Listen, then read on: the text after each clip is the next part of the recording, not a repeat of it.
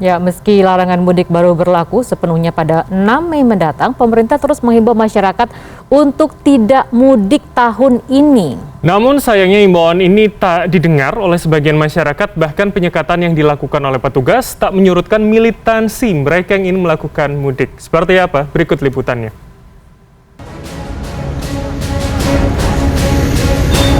Beragam cara dilakukan sebagian masyarakat untuk tetap nekat mudik ke kampung halaman meski pandemi masih berlangsung.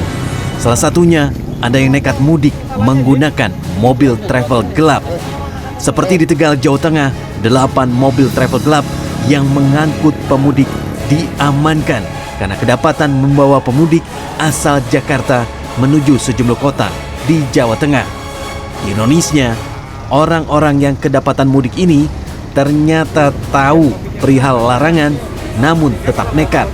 Ini terbukti dari pengakuan para sopir travel gelap.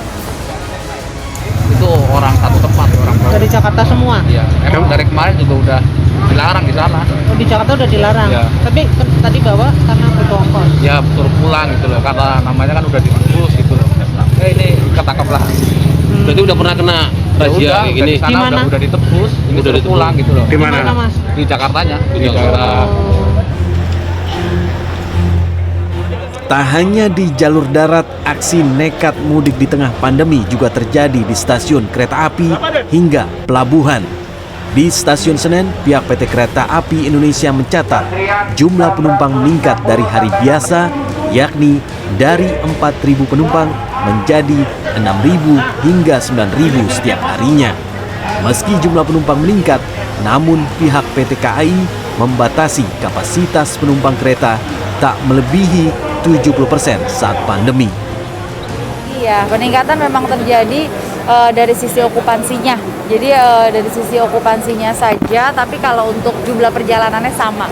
Jadi sebagai contoh misalnya dari 20 perjalanan KA, total ketersediaan tempat duduk dengan batas maksimal 70% yang sudah dibatasi tersebut itu sekitar 10.500. Kalau minggu ini sekitar keterisian tempat duduknya itu sekitar 6.000, minggu 2 pekan sebelumnya mungkin sekitar 4.500-an.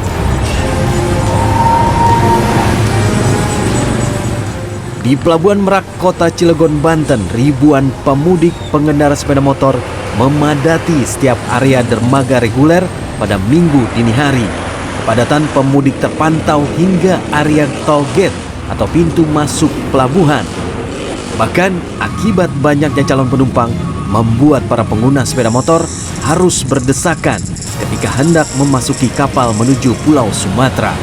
Pihak PT ASDP Indonesia Ferry Cabang Utama Merak mencatat 16.000 orang lebih pemudik dan lebih dari 3.000 unit kendaraan yang telah diseberangkan melalui Pelabuhan Merak.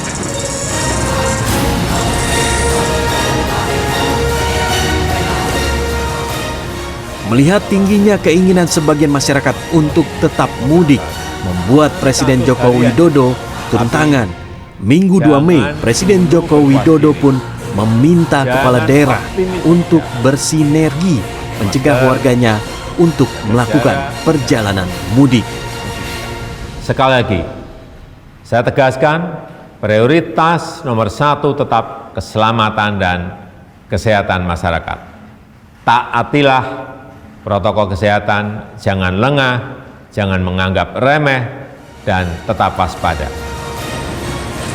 Lagi-lagi kesadaran masyarakat akan bahaya pandemi COVID-19 diuji. Masyarakat diimbau untuk sadar tidak melakukan perjalanan mudik karena berpotensi meningkatkan penyebaran COVID-19.